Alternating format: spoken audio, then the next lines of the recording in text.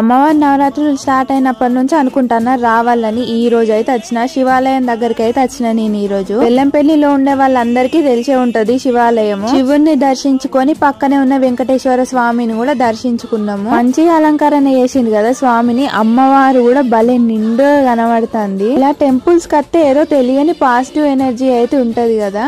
ఈ ఆంటీ వాళ్ళు అయితే అందరికి వాయినాలు అయితే ఇస్తారు. మొక్కుకున్నట్టున్నారు అమ్మవారి నవరాత్రుల్లో వాయినాలు ఇద్దామని. ఈ ఆంటీ వాళ్ళు ఇక్కడ టెంపుల్ లోనే పరిచయం అయ్యారు మాకు. ఈ రోజు చాలా మంది ఆయుధ పూజ చేయించుకోవడానికి అయితే టెంపుల్ కి వచ్చిర్రు. ఇంతమందికి బెల్లంపల్లిలో ఉన్న శివాలయం తెలుసో కామెంట్ చేసి చెప్పండి. అసలు 2-3 ఇయర్స్ నుంచి అమ్మవారి దగ్గరికి రావడమే కుదురుతలేదు. ఈ ఇయర్ అయితే అమ్మవారి దర్శనం నాకు కలిగింది. ఇంతకు మీ దగ్గర అమ్మవారిని పెట్టినరా లేదా, మీరు అమ్మవారి దగ్గరికి వెళ్ళినరా లేదా అనేది అయితే కామెంట్ చేసి చెప్పండి. శివాలయంలో దర్శనం చేసుకున్న తర్వాత రామాయణం కూడా వెళ్ళిన అమ్మవారి దర్శనం చేసుకునడానికి మంచిగా ఉంది కదా అమ్మవారు.